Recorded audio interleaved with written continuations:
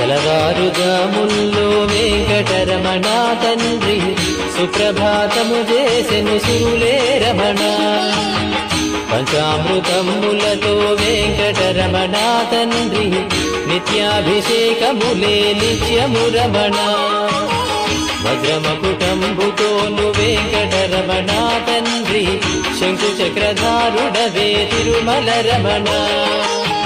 మూడు నామాలతోను వెంకటరమణ తండ్రి ముల్లోకములు ఏడడి మూర్తి విరమణ.